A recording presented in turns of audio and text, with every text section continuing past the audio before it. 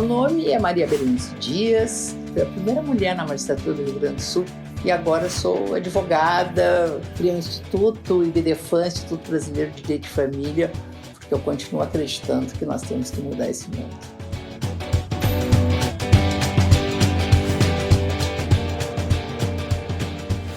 Eu tinha um pai absolutamente aficionado pelo que ele fazia, ele era juiz, e tinha uma mãe que era do lar, cuidava dos filhos. E dentro desses dois modelos de família, eu fiz assim, o que eu queria mesmo era uma pessoa voltada e dedicada a fazer justiça. Esse era o meu sonho e sempre foi, e continua sendo até hoje.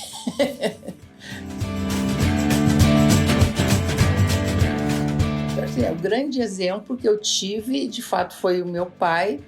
E ao longo da minha carreira, eu acabei conhecendo outras pessoas que também acabam inspirando, que, sabe, são exemplos de dedicação e de comprometimento, sabe, com a justiça, como se acredita e que todas as pessoas têm o direito de ter uma justiça comprometida. E acho que isso é que às vezes decepciona um pouco as pessoas, e eu acho que a gente tem que mudar um pouco esse perfil, às vezes complicado, que se tem com relação à justiça.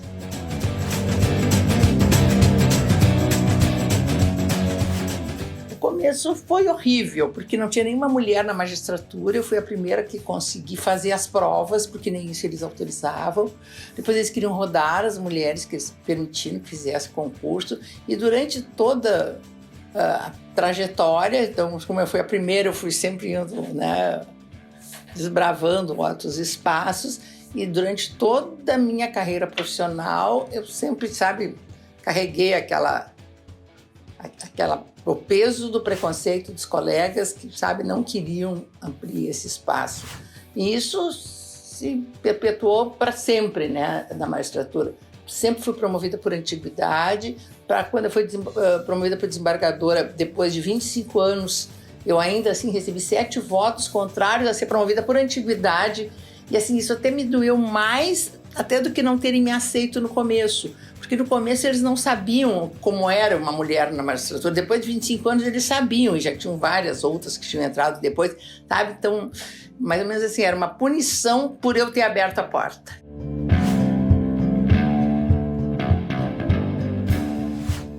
No exercício da minha atividade profissional, no interior, em cidades pequenas, com pessoas singelas, enfim, e mesmo por parte dos advogados, eu nunca senti nenhum tipo de dificuldade pelo fato de, sabe, de ser uma mulher presidindo audiências e fazendo júris e tal. E essa discriminação, essa postura de exclusão, eu via por parte do Poder Judiciário, da cúpula do Poder Judiciário, que, sabe, uma punição, tu não tinhas que estar aqui, não tinhas que ter aberto a porta para as mulheres.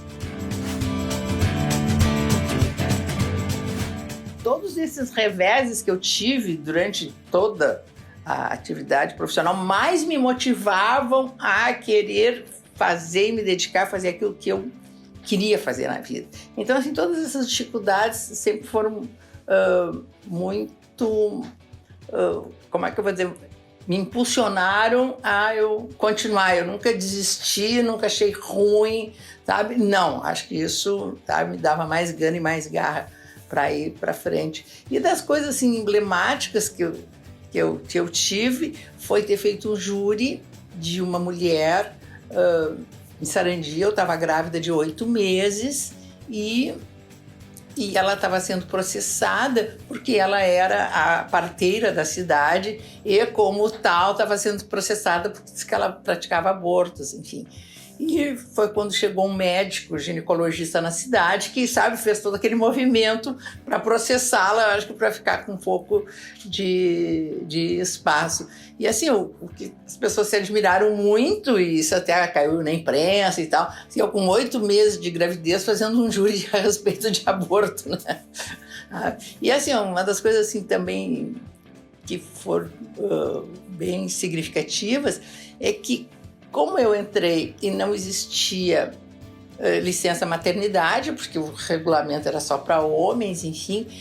Quando nasceu meu primeiro filho, eu não tive direito à licença maternidade. Então, eles me deram 30 dias de licença saúde e eu, com um nenenzinho de 30 dias, tive que voltar a trabalhar.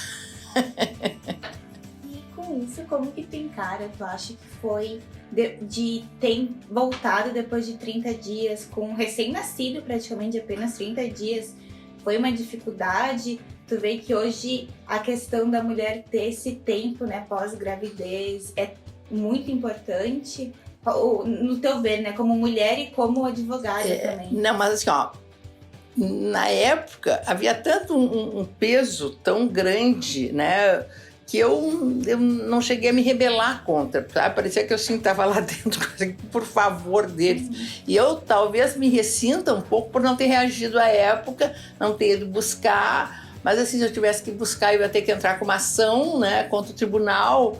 Aí eu juiz entrando com uma ação contra o tribunal, sabe? E a situação já era complicada. Mas acho que foi muito ruim. Até hoje meu filho fala, né? Diz assim, eu sou daqueles que a mãe não teve licença, enfim. Se fosse hoje, eu com certeza teria feito alguma coisa, mas a partir daí eles trocaram, né, a legislação, então, sabe, acabei conseguindo isso, mas foi uma coisa, sabe, falta de sensibilidade. Isso foi o que eu reparei ao longo de toda a trajetória. Uma vez eu queria mudar de uma cidade que era 400 quilômetros de Porto Alegre para outra que ficava, acho que a 450, mais longe ainda. Mas assim, como o pai dos meus filhos, ele era juiz também, era para ficar um pouco mais perto dele, porque eu tinha uma criança pequena, enfim. E mesmo assim, isto é porque é uma mulher que está pedindo remoção. E era um direito que eu tinha, né? Todo mundo pede remoção de um lugar para outro, e não era assim, eu não estava passando nenhuma norma, não, eu só estava querendo, sabe, até para uma considerada até pior, mas atendia mais o meu interesse no momento. Mas sabe, sempre vinha aquela alfinetada, assim, é porque era mulher, que eu estava querendo como se fosse um privilégio, quando era um exercício de um direito.